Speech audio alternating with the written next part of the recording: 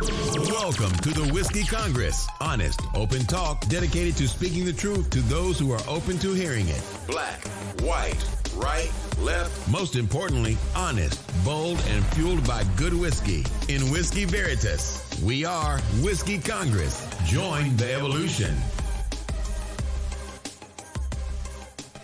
Whiskey Congress is back in session. Steven and I are together in the Cleveland studio. We've been apart for a week, and Steve is destroying the place because he's a klutzy guy. What the fuck? All right.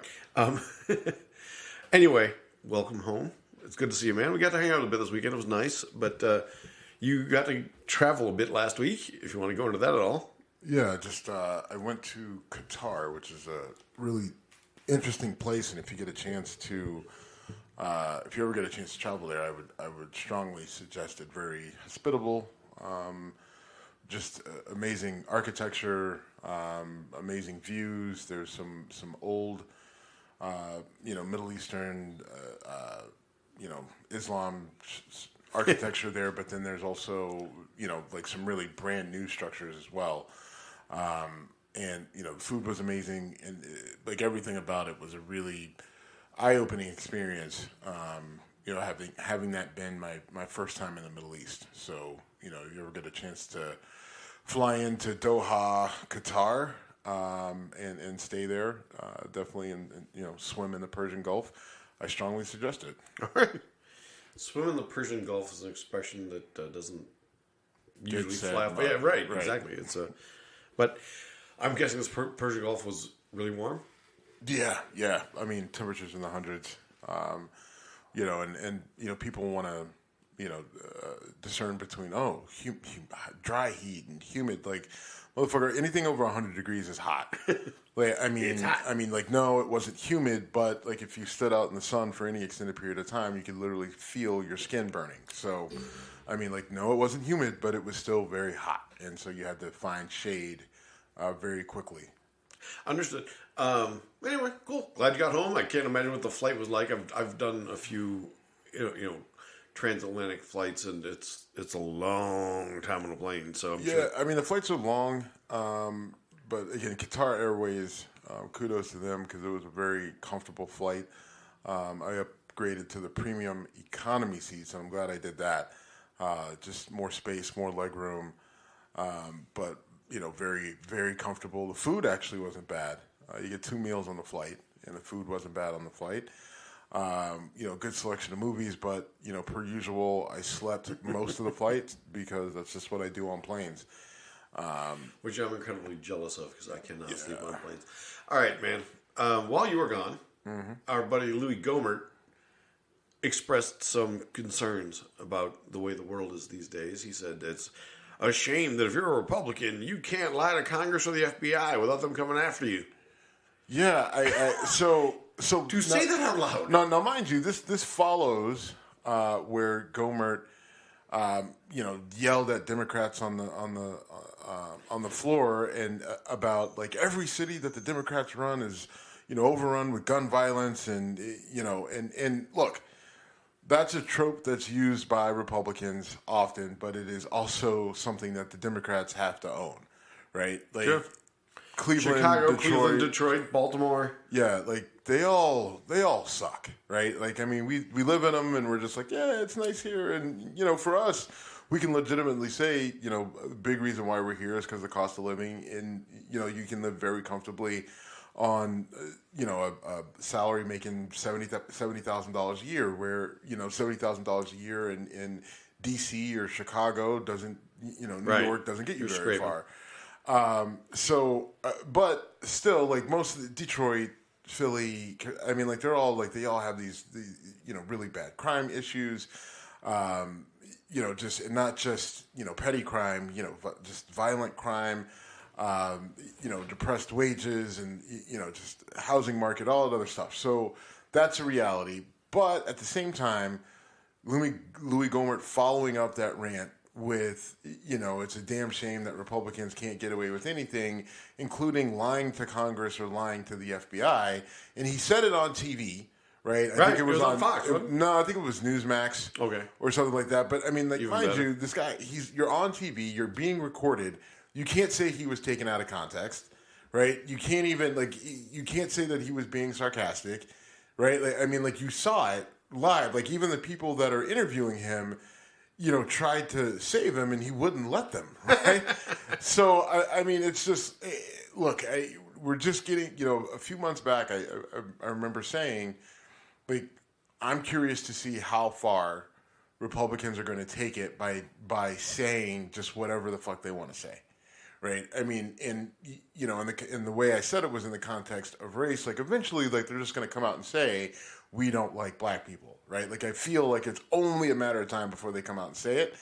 But like Louis Gohmert takes it to a whole nother level. Like, well, why can't we lie to Congress or to the FBI without all this hullabaloo? This persecution, right? Like, and that's the funny thing. He's treating it like it's persecution. Like, all we want to do is be dishonest in front of organizations that you can be criminally charged with being dishonest in front of, and then we'll let it happen. Right. But we're the party of truth. Right. I mean, and he didn't even say it as if. I guess even if he meant it as if, well, the Democrats can do it and we can't, that's bullshit. Like the fact that you're saying that at all, whether whoever gets away with it or not, like it's just money or words that shouldn't be coming out of a representative's mouth. Right. I mean, and that's a bigger picture thing, right? Because we talk about this. We've talked about it a bunch of times. We interact with Whiskey Ben and other folks. These people are actually responsible for writing and instituting laws. Louis Gohmert is a member of Congress. Marjorie Taylor Green went on this psychotic rant about how Bill Gates wants to make us eat meat that comes out of a peach tree dish. She said peach tree dish. Now, I don't want to be I don't mind meat, but I'm about to be the pile-on, are you fucking kidding me, guy. She said peach tree dish. She's a fucking moron. Look, and she's in Congress and is about to get reelected. So, my issue, so it's clear that she doesn't know a lot of words, right? She just butchers words left and right. Like now it's just kind of like a thing.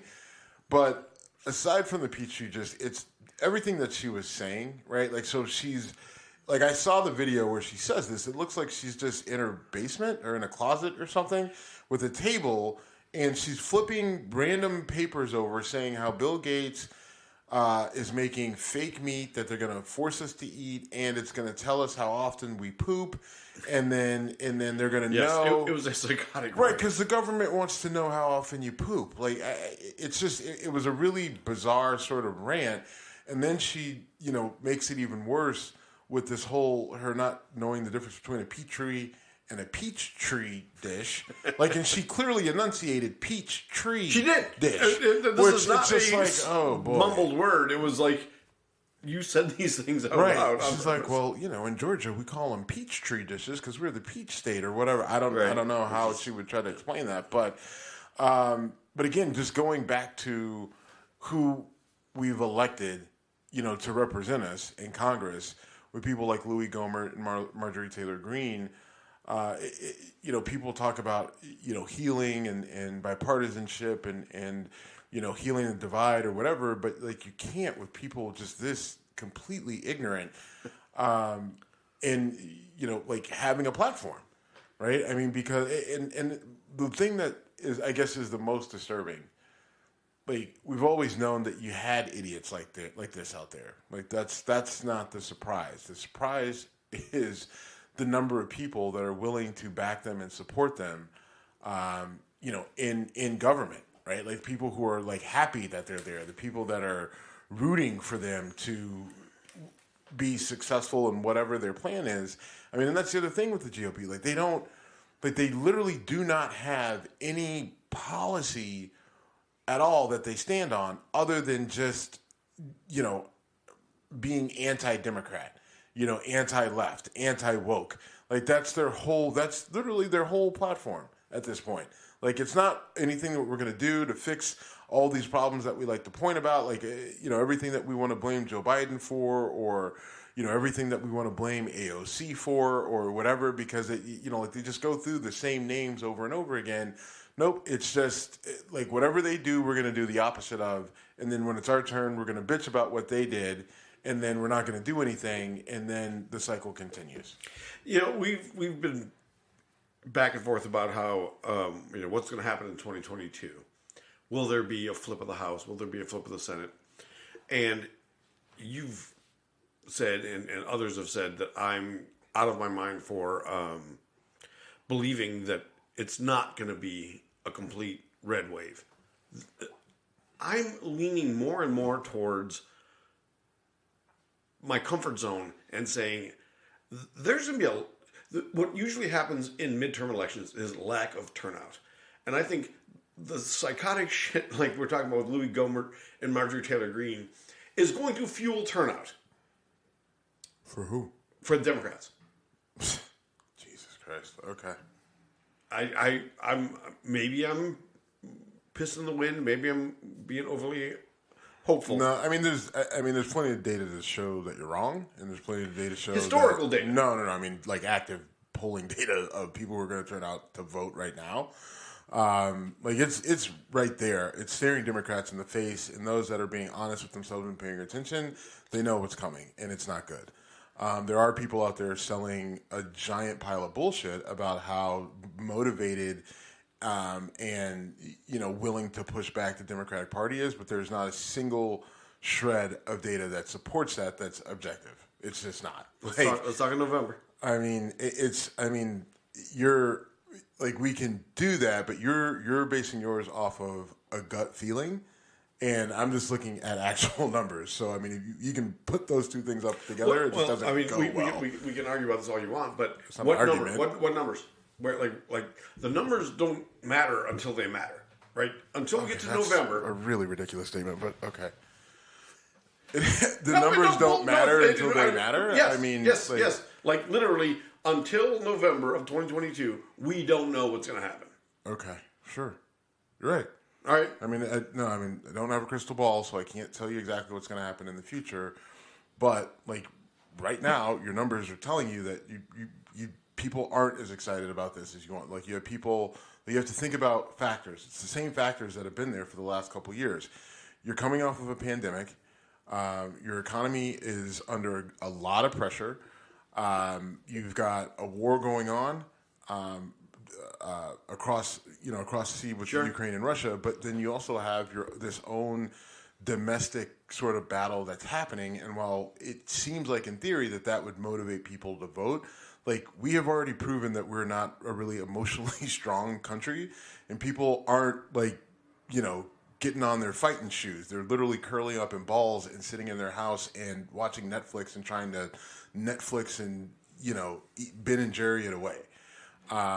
So, yeah, I mean, you can go ahead and say that the numbers, don't matter till November, and that, people are highly motivated, and that abortion is going to drive turnout. Abortion's not driving turnout. You don't think so? No, not at all. Because the people who are for it and the people who are against it, it didn't move anybody. Like, all those conservative women who are for abortion rights, like, if they really gave a shit about abortion, like, they would have been way more aggressive towards it a while ago. Right now, they feel that it's probably too late, and two, those women aren't nearly as bold as you think they are, right? They have let you down before, and they're going to let you down again because they're not going to shift their stance now that the Supreme Court has already decided that they're repealing abortion rights, right? Like, so they're like, this isn't going to flip anyone, and that, again, that's proving out in the polling. Now, if you want to say you don't trust the polling all of a sudden, then okay, that's fine.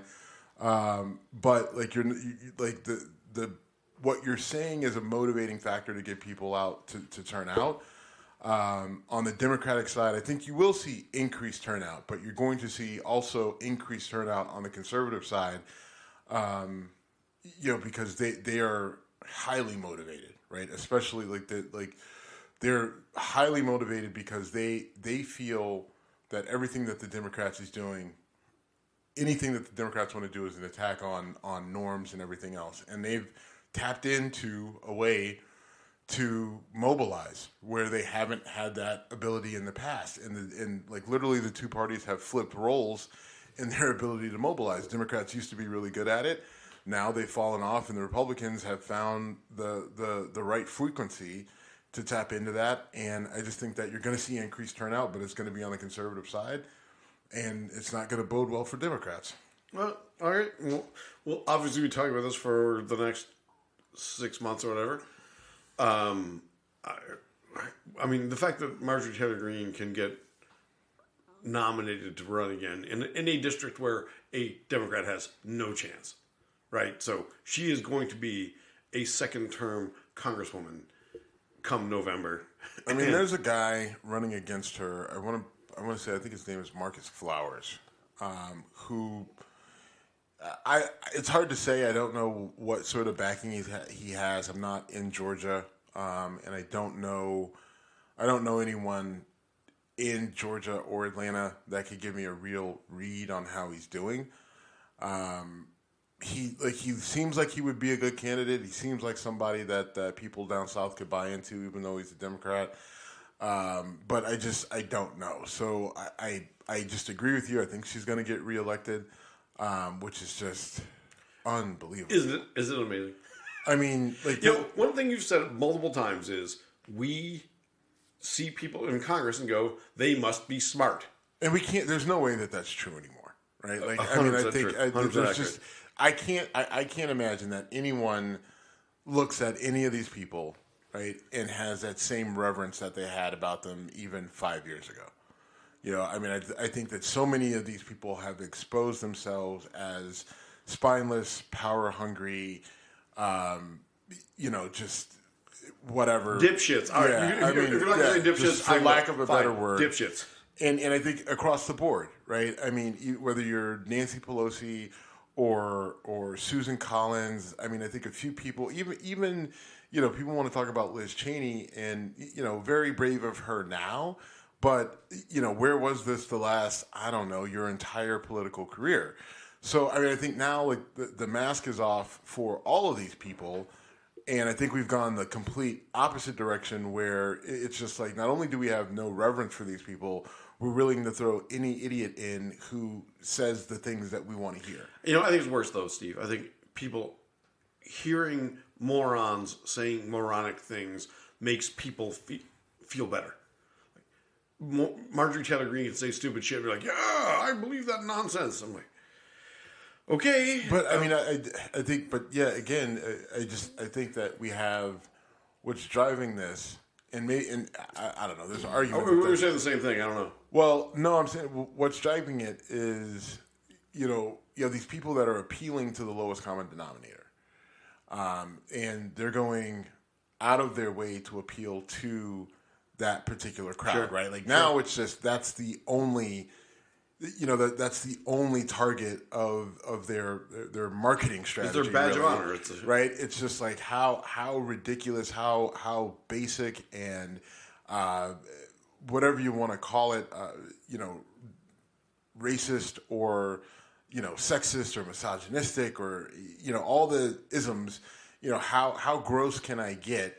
To get this group of people to support me, and they've completely bypassed any sort of centrist ideals. They've bypassed any sort of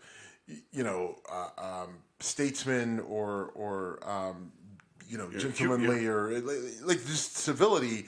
Just all of that shit is completely out of the window, and now it's just we want to attract the bottom feeders because there's so many more of them, and they're right? Like there's just so many more that if you can appeal to that crowd, then you don't need these people. Even though these people at the top will, hit you with all their degrees, and they'll tell you that you're saying words wrong and you didn't spell this word right on Twitter. That's fine, but I still have, that's 10 of you, and I've got 1,000 idiots here to support me. So you can sit there and criticize me on my grammar, but I got you by the numbers, and that unfortunately is driving our politics. Right, and there needs to be some sort of a balance, right? Like, I mean, we need fewer fucking grammar Nazis and more people who understand policy. But then at the same time, we don't need, people who don't give a fuck about history or understanding processes driving our political democratic system. And so now we're stuck where that's what's happening, and we're paying a price for it. I wish I could argue with you. I mean, my lack of faith in our system and in the world has taken just been a real kick in the nuts for the last month or two. And maybe it's because I've been on the road a lot, so I'm not, paying attention to things the way I normally do. And here's the thing. Here's the thing that struck me. I talked about, being in Qatar. Right. And what was really, really sort of depressing while I was there is what images of the U.S. that these people see, and then how they use that to sort of like depict us and frame us, right? And so the people over there, all they saw, everyone over there talked about how they love Trump, which blew my mind, right? Really? Because Okay. Trump said some pretty shitty things about Muslims in general, right? But they didn't love him because they thought he was a good president or a good leader. They were just entertained by him. Right? They're just like, that dude's so crazy. He said the dumbest things, and he led the country. And they literally compared him. They did now, mind you, this is people from Qatar. Like most of the people listening to the show probably can't even find Qatar on a map, just because it's not that well known. But you're about to know it because it's where the World Cup is. So right, which got invited back for, and although I would love to go, I just don't know if I'll be able to afford it. But people there, right, multiple people there, literally saw Trump as like this caricature that they thought that they were humored by, that they were entertained by, comparing him to the WWE and Stone Cold Steve Austin and these guys at one point we actually watched a WWE video where Steve Austin drove a beer truck into an arena and was like yelling at The Rock because they thought it was hilarious, and they literally were just like equated that to the U.S., right? So they have Trump, they've got Steve Austin, and then they watch rap videos. They literally watch, some of the people we were dealing with were younger, and they're literally watching, rap videos, asking me, a black guy, if, hey, is that your weekend? No, my weekend is not rolling around in a Rolls Royce with, shirtless, with two girls shaking their ass on my face. I'm not opposed to it, but that is not my life. No, that's not my life, unfortunately. Right. You're not going to come to Cleveland and just see me rolling around in the drop-top Rolls, hanging out every weekend. But that's literally how they view us as a country, right? Just ridiculous statements by Donald Trump, WWE, and rap videos. And that is America. And that's a frustrating thing. So then when you have people like Marjorie Taylor Green or Donald Trump or Matt Gaetz or these people who have a platform, it now all becomes so much more real that message is getting out around the world, and that's what people are seeing, right? Because it is the loudest. Even if you want to argue that there's only a few of them, they still have this very large platform. They're very loud, and people around the world are hearing them. And that's what we're up against. I could be getting the numbers wrong, but I believe there are 438 members of Congress, and most of us can name 10 or fewer. Right. And those 10 are the most heard. Right. You meant, Matt Gaetz, Marjorie Taylor Green, AOC. They get heard, and it's become a celebrity position, which I'm going to fall on the side of AOC on most issues, but they become celebrity voices, and Nancy Pelosi being the leader gets to get heard way more than there's Congress. Well, Louis Gohmert jumps out as he can just say what he says and skate free, but the stupidity that comes out of some of these folks and the lack of pushback is a real problem.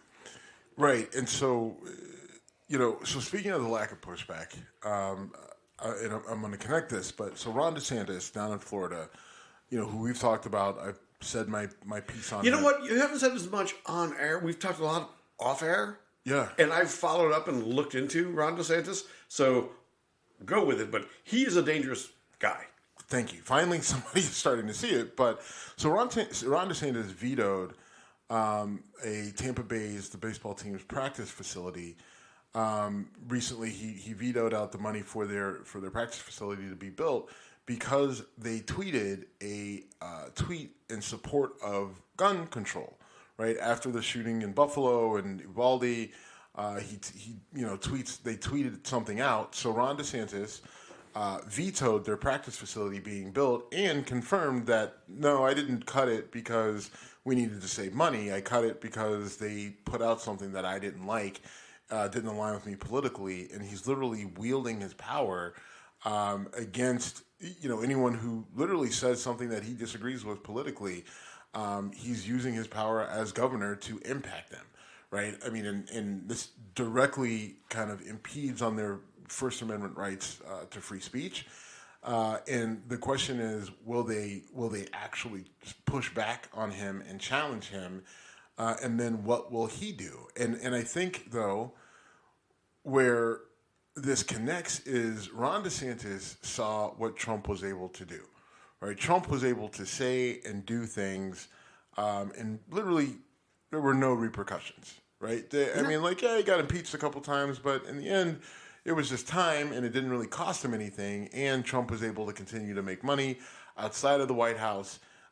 He was able to, say these offensive things and kiss up to Putin and do all these things and go out and rub elbows with Kim Jong-il, and literally had no direct negative effect on Trump at all. Like, there were just no repercussions for his actions. So Ron DeSantis sees or saw the path, right, that he wanted to take. Right? What he saw was, all right, Trump is an idiot, and he did all these things, and there was literally no punishment for it whatsoever. So DeSantis is like, I'm going to do it, but only I'm just going to do it better. Right? So you know what? Disney, you say something I don't like, bam, I'm gonna remove your status. Tampa Bay, you tweeted out something I don't like, bam, you're not going to get your funding. Right? And he's going to carry this as his model, right, into his campaign to run for the White House. Right? And I guarantee you it's going to get to a point where, Trump's going to feel that he should be the anointed one, and Ron DeSantis is going to be like, you know what? Because DeSantis is going to turn on Trump and, point out that he's a buffoon, point out that, he knows nothing about anything, really, right? And he's going to point out the money that he's lost and everything else. And DeSantis is going to go back, point to money that he's made for the state of Florida. Some of it will be true. I'm sure a lot of it will be bullshit. He's going to be able to point to the fact that he, didn't back down from Disney, and that, the Major League, baseball wants to come in and tell him how he's going to spend his money, and they said something he didn't like, so he gets rid of it. He's going to carry that, and he's going to use it to campaign.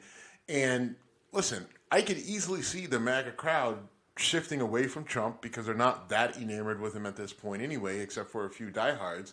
And they could see Ron DeSantis as the leader of the party, and they could run with it. And then he's going to carry this same sort of vengeance into the White House and use that as the president of the United States. And he's going to get away with it because the Democrats have proven they can't do shit. How are you going to stop him?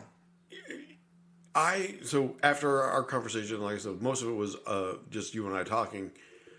I've verified everything you said. And, like, this guy's very educated. He's very ingrained in the military, right? He was a judge advocate general. Yeah. Whatever. Did you see for who?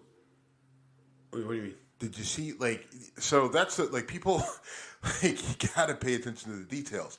Yeah, he was JAG, so JAG means you're judge advocate general, means you're an attorney in the military, but he wasn't just a JAG, just a guy, right? In football, that's what they call just a guy, a JAG. But okay.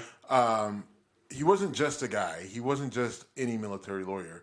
Like, his job, he was specifically with SEAL Team 5 or 4 or whatever. Yep. And so what the JAG officer for the various special forces teams does is literally, he looks at their mission and sort of maps it out, right? Like, if it could go wrong, if it could go right, and then what are the international legal repercussions for all the various scenarios, right? And he plays it out, and he helps them plan it, and he helps them to figure out how to manipulate, or he helps, the overall team, how to manipulate the government to get, the certain access that they need. He's got a very integral part into what their mission is. So, like, he's taking that and he's literally using it to wield power in the United States. And right now, Florida is his testing ground. And he's assuming that he's going to be able to get to a point where he's president of the United States. And then at that point, he would have already basically tested out how he's going to do this in the state of Florida, which is what he's doing right now. And then he's going to bring that to the office of the president of the United States. And if that's not scary and terrifying, then I don't know what the fuck else is. Right? I mean, like, you've got a guy who's trained in fucking toppling government, so now he's going to say, fuck it, I'm going to topple this one. And, I mean, I could easily, like, Trump joked around with trying to figure out how to keep himself in office. I don't think Ron DeSantis would joke around with that. I think Ron DeSantis would take a page right out of Putin's playbook and put himself, and make himself whatever you want to call Putin, right? Right. Or he made himself he couldn't be president anymore, so he became prime minister and then basically owned the president. I think you were ahead of the curve on this issue, and I'm very concerned that you're 100% right. That DeSantis is that reactionary, that aggressive, that smart, and that's where I mean, as much as I get called, you've got TDS, you can't, like, I've acknowledged I cannot stand Donald Trump. I think he's a douchebag, and I've said it for years. But DeSantis is smart. Trump is not. Trump is a buffoon that wants to be seen as smart and wants to be praised and acknowledged. DeSantis is playing a role of a buffoon, but he's not. He doesn't care whether he gets praised or not.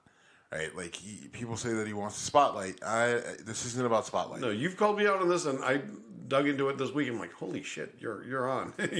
He is a scary guy who I don't get how smart people think the way he does, but they do exist, and they're there, and yeah. So I mean, it's something to watch out for, right? I mean, and he's the Florida governor, so neither of us have the ability to vote in Florida. But if you're down there, I mean, if he's, I don't know if he's running for governor this year. Like, I don't know when he's got to run, but I do think I think he is up. I think he is running. I think there's a Democratic challenger. So anyway, just keep that in mind. I do want to get into the actual, we talked about Tampa Rays tweeting something out about gun control, which set off Ron DeSantis. The Uvalde shooting at Robb Elementary, I didn't get a chance to talk about it, but just obviously unbearably sad. Just amazing. And I know you guys talked about it last week, but it just broke my heart that all those kids died. And I always say, you blame the shooter, right? Like, people want to politicize it about the guns and but you blame the shooter. And in this one, there's plenty of blame to go around. And a lot of it rests with the police here. Just that this instance, the police did not do their job. It's on tape. We've seen it.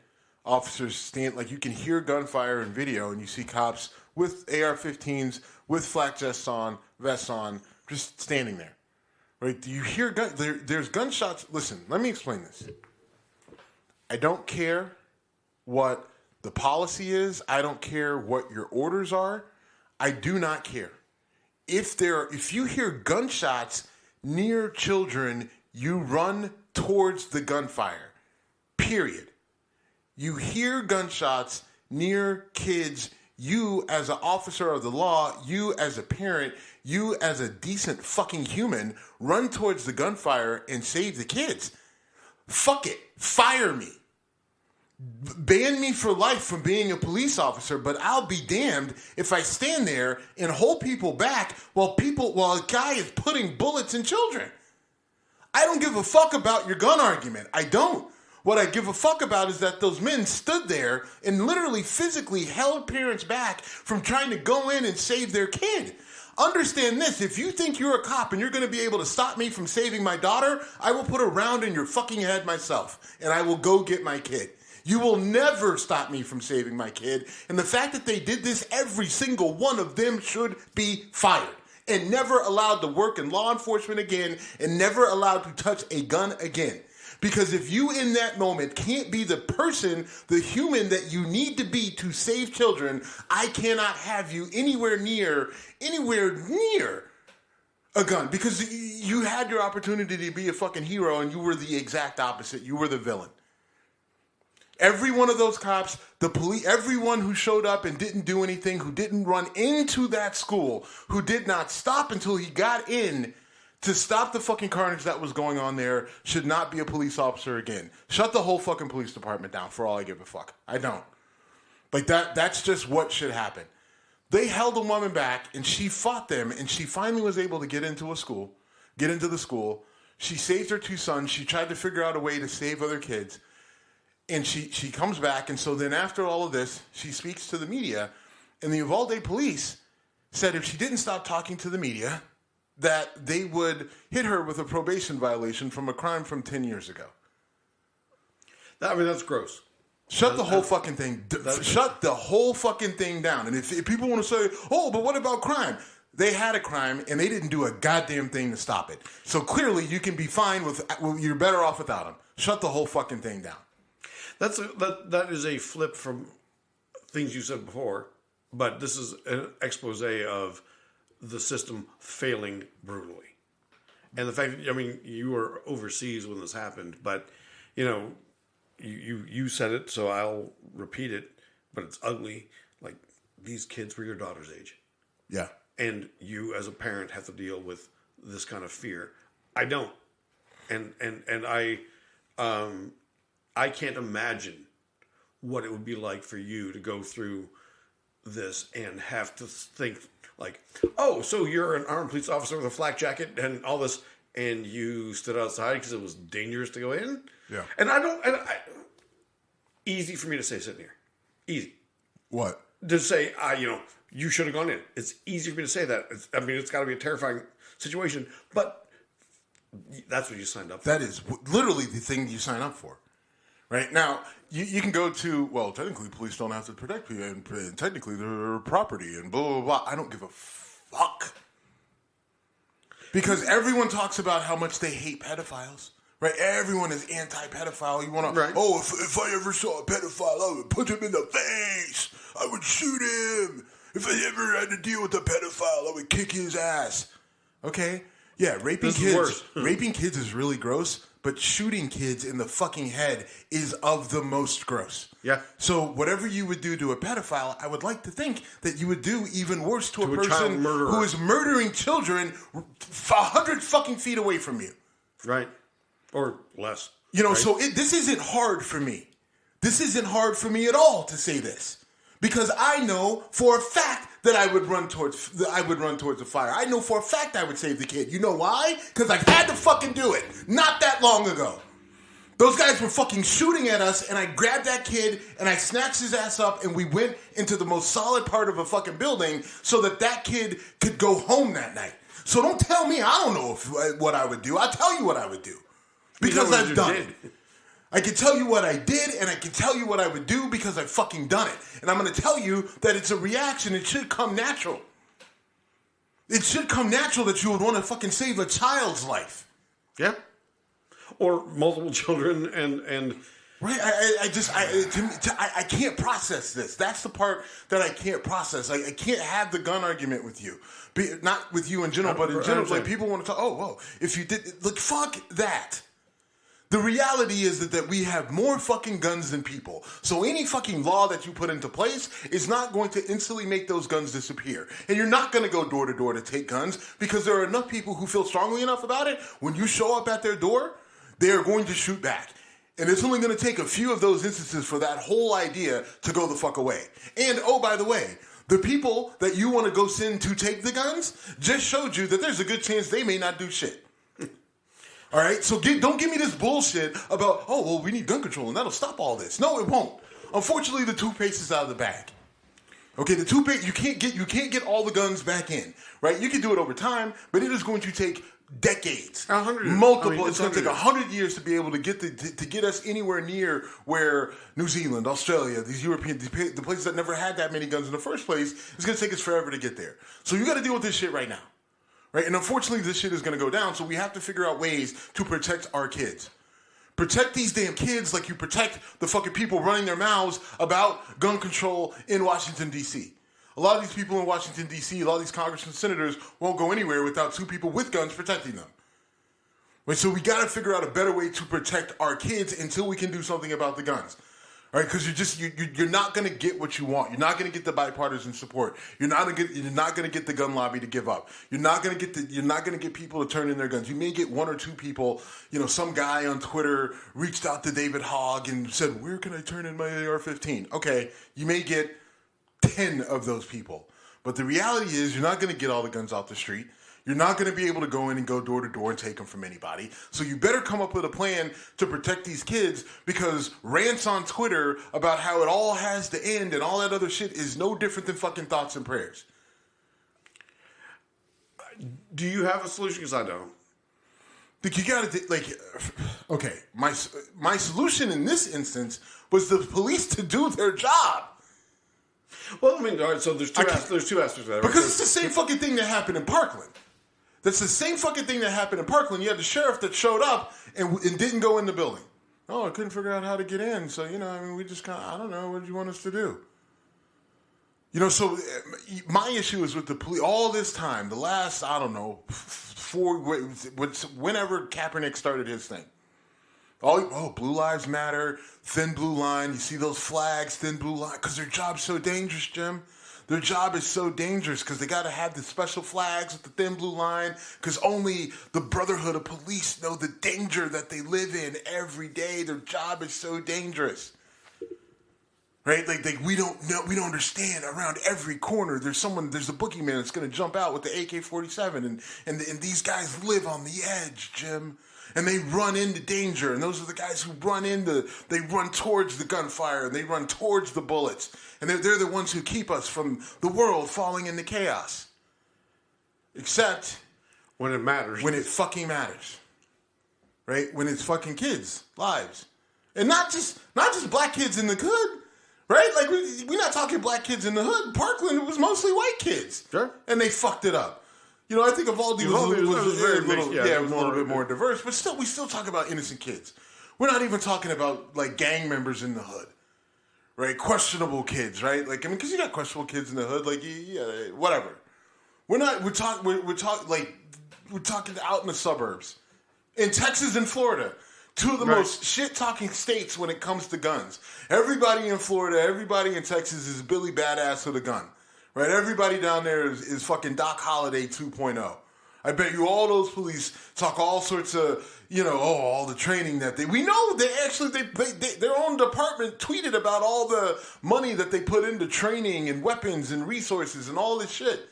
I guarantee you that they're in Second Amendment groups and on Instagram and Facebook talking about gun rights and you got to be out protect yourself, defend yourself, all that shit. So then it all comes down. Let me jump into the obvious. The whole Wayne LaPierre, good guy with a gun, bad guy with a gun, just is bullshit, right? I mean look, I think it's bullshit. No, it's not, because here's the thing: what the media doesn't tell you are the number of times that something bad is actually stopped from happening because there was a person there with a gun, right? That's the thing. So the media isn't going to cover that, and they're not going to talk about it. And it happens on a pretty regular basis. So, no, it's not bullshit. There are good people out there with a gun. And, mind you, what stopped this in Uvalde? You know what stopped it? An off-duty fucking Border Patrol agent grabs his vest, grabs his gun, drives right past everybody, walks in, puts a fucking round in that kid's head, over. That's what stopped it. So, yeah, a good guy with a gun actually fucking stopped it. Right? But you had about a dozen of them who could have stopped it a way fucking earlier had they had the balls to do what that guy did. Right? So no, it's not bullshit. It's actually what fucking stopped this massacre from being worse. What the problem is that the guys who were pumped up, who were supposed to do it, didn't have the fucking dick to do it. That's what happened. So the good guy with the gun in theory, basically is the thing that solves this problem. But it's just that in this particular instance, good guys with guns chose not to be good guys with guns. Chose not to be fucking good guys. They were just dickbags with guns. Okay. You know, I mean, so now that doesn't make Wayne LaPierre still trash. Okay. Right. Thank you for that. I'm not picking up for Wayne LaPierre, but the idea that, like, look, we have too many guns out there. We do. It is what it is. It's proven. Right. We've had multiple mass shootings since then.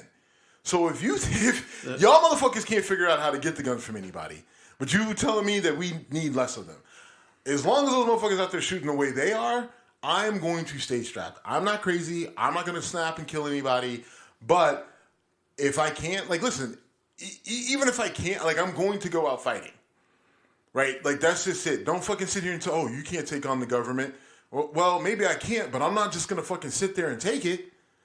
Right? Like, I mean, because you can only run so far. So at some point, even if I go out, I'm going to go out fucking shooting, period. If the government decides to turn on us, I am not going to just take it. Right? And I don't think they will, but if they do, right? And then, listen, you got people in Ukraine right now fighting with fucking AK-47s. Yeah. Right? And they're doing a pretty damn good job. So don't tell me that you can't fight back against the government. Right? Don't tell me that you can't. It may not be a great fight, and at the end, the Ukrainians may get completely bowled over. But those motherfuckers are fighting. And I refuse that. If I'm going out, that's how I'm going out. So, no, I'm not giving up shit. So we need to come up with a better plan than what they're talking about on the left and what they're talking about on the right. Like, we need a common sense solution here and not whatever the discussion is right now. I think the real thing is the red flag laws, right? You can say, well... But we have them. We have them. We don't use them. Okay, so use them. The issue isn't you don't need more laws. You need to use the laws you have. Use the processes that you have. Absolutely. Because this kid should have never had a chance to get a gun. That kid should have never had a chance to have a gun. The kid in Buffalo should have never had a chance to have a gun. And in New York, they dropped the ball I don't know how many fucking times. There's no reason. That kid even said before he went in and get the gun that he was going to use it to shoot people in school, and somehow it didn't get from where it started to where it needed to get to. Like, what the fuck? Like, it's New York. You have the law. You're trying to get me to argue with you. I can't. Like, and that's the part where I feel like some of this shit is disingenuous. Oh, you have to have a background check. Like, bitch. Well, New York just I don't, Steve. I don't even know what happened. I just saw New York enacts stricter gun laws as a headline. I'm like, New York has fucked this up on so many levels. As a Buffalonian, grew up in that state, love that city, but when they put the SAFE Act into place, it was one of the dumbest laws ever. Yeah, I mean, you've talked about it multiple times, and so I guess all I'm saying is, like, look, you want to talk about, like, you know, you have these things happening in places that have really strict gun laws. Sure. Right? I mean, in Chicago, there were like 30 people killed Memorial Day weekend. Right. I mean, like, but Chicago's like, oh, well, they're coming in from other states. Like, okay, so whatever. You know, I mean, like, you had the shooting back in that shooting in California in San Jose. Remember that couple, the Middle Eastern couple, and went into a workplace. I mean, like, you have these things are happening, and we do need better solutions. I think there are certain things that I think need to be. We have the laws in place, and we just need to execute on them. Right, like, so, you know, because if those things, especially with, you know, like the red flag laws and the things that are already in place, you could have stopped both of these instances from happening, right? And I'm not necessarily opposed to, you know, a mandatory wait time, you know, background some sort of, you know, like, we already have background checks, but they're not administered effectively. If like, all right, so my thing is, you know, get rid of gun shows. Just get rid of gun shows, or you can't purchase at gun shows, right? Like, you can maybe put an order in, but then you have to go to an actual FFL, like, retailer to complete the transaction or something like that. Like, you can close the gun show loophole. I think that needs to happen. I don't think that you can do anything about interpersonal exchange transactions without making a gun registry, and I do not agree with the gun registry because they will absolutely fuck that up. Like, from a government standpoint, they'll absolutely fuck up a gun registry, and that's a terrible idea. But I think there are certain things that you could do that would mitigate a lot of this, And there's certain things that are already in place, but we have to find better ways to execute them and make sure that they happen. When you say the government will fuck it up, is it because of going forward or because of there's so many guns out there that aren't? Because I don't trust the government to have that level of access. See, I disagree with you there because they have that access to us having vehicles. Yep, that's fine, but there are places where they absolutely abuse that already, right? We've talked about with civil forfeiture, right? Like, I mean, like, so, like, and they have completely abused and fucked up civil forfeiture, and they've gone in, and we can actually, and I can make the connection between the two, where they have literally gone into people's homes, and they've taken homes, they've taken cars, they've taken valuable things, and they literally just use it as a revenue source. Right, like right. I mean, and this is not me, and this is just not my, like, I've seen it, like, working in Chicago, like, they use civil forfeiture. They literally will take your car off the street off of parking tickets, and they will sell your car. And no matter what your situation is with your car, you're like, if you still owe money on it, you still owe money on it. You can't say, well, City of Chicago took my car and sold it, so I still don't have to pay the car note that I owe on it. Nope, you still do, right? And you can't file an insurance claim and say that it was stolen because it wasn't. So there's so if you don't think that a government registry with weapons won't sort of go down the same path eventually, then you're not paying attention. I would love to. Chicago provides so many examples. Right. But again, no, you're not wrong. You're not wrong. They do the same thing in Philly. They do the same thing in New York. They do the same thing in Cleveland. Right. Like, I mean, like, so these are all places where we have examples of it. I mean, we can go back and forth on this, but I'm not going to have much of a footing to push back on. And I cannot let our show end without us talking about my buddy, Michael Avenatti. Well, my boy, Michael Avenatti. When you lose your moral high ground to Stormy Daniels. That's not fair. Come on. What do you mean it's not fair? Well, I know you love Stormy. No, it's not that. I mean, I don't think Stormy Daniels has bad morals. Right? I mean, unless you equate, like, if you're, like, I'm not going Puritan on you. Well, however, you are. I mean, I think you got to be careful because because what you're saying is because she's a sex worker, she's got bad morals. That's what you're saying. That's what I'm making a joke about. But yes, when you've been triple penetrated on camera, I'm going to say. But it's, I mean, okay. I don't like to go down the road of giving sex workers a hard time, especially if you're a person who partakes in the work that they do. That's kind of hypocritical. I don't well, whatever. You don't? Do I? I'm certainly not a sex worker. No, you're not, but you benefit from what they do. Let's move on. Okay. Careful there, Chachki. Hey, I'm bowling this into your... Right, but in terms of Michael Avenatti, complete scumbag, right? I mean, this is the same guy who tried to fucking blackmail Nike. How'd that go? And just got bowled over. They're just like, they literally asked him if he was serious. And then, he didn't quite pick up the signs, and then now he's doing... he's going to prison for 4 years. So he's got 4 years for that. He got another he got some other charges where they're gonna basically run the sentences concurrently, but like that is basically from Stormy Daniels through the time he said he was gonna run for president. Like, he just went on a tear of horrible decisions, right? As a businessman, as a lawyer, across, like, and he as a public speaker, he is losing every state. Lost to Nike, right? And the federal government, lost to Stormy Daniels. He got recorded, right? Threatening Nike. Right. Like, I mean, he's just like, the guy's just, he's literally an idiot. Like, he's just a complete idiot. How he got to the level that he got as an attorney. What is, okay, I was a good dick. And what's his degree in? I forget. Yeah, that's fine. I mean, he's a scumbag lawyer. There's plenty of them. It's just amazing, though, that guy was able to rise to that level of prominence. You have to assume at one point he was maybe a good attorney, and then just the greed just completely ruined him. I think this falls into the category of what you've said multiple times: is you see these people on TV and you assume they're smart, and then you dig a little deeper and go, nah, I mean, and with him, you didn't have to dig.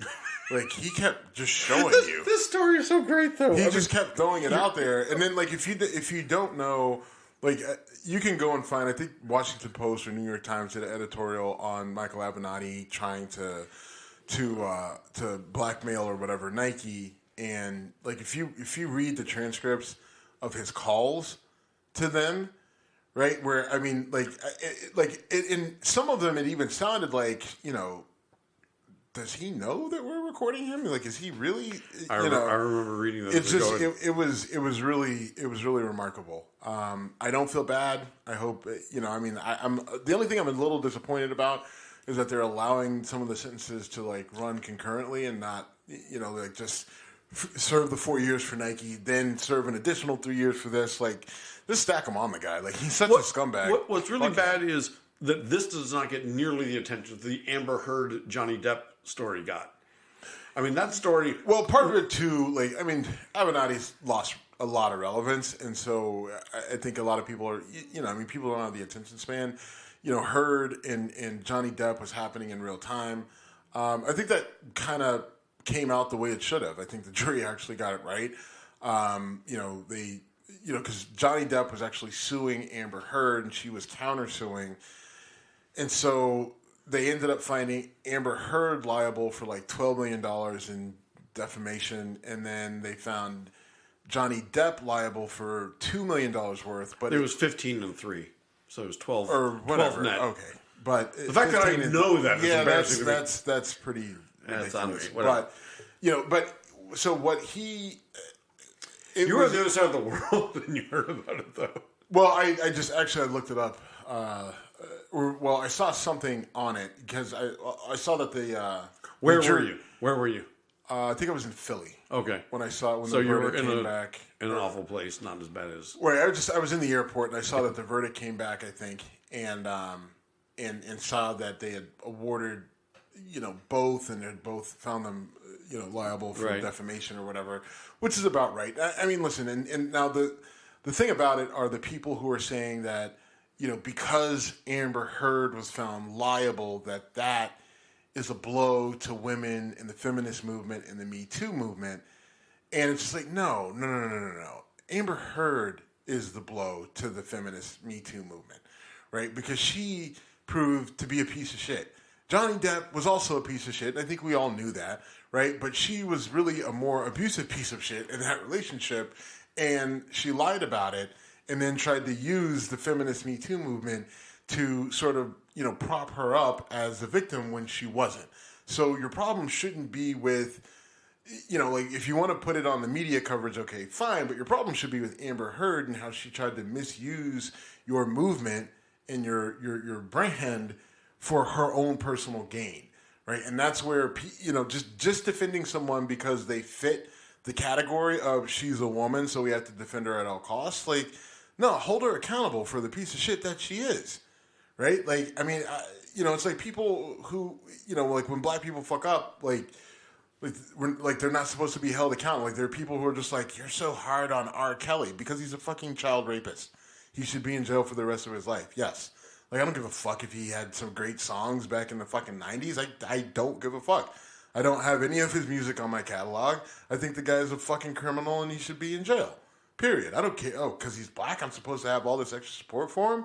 Like, no, that removes the legitimacy, especially when you know the person is a bag of shit, right? And she literally shit on Johnny Depp's bed and then tried to blame little dogs, right? Like, they both have these little tiny dogs that have little pellet-sized poop, and she human pooped on his bed and tried to blame it on a tiny dog.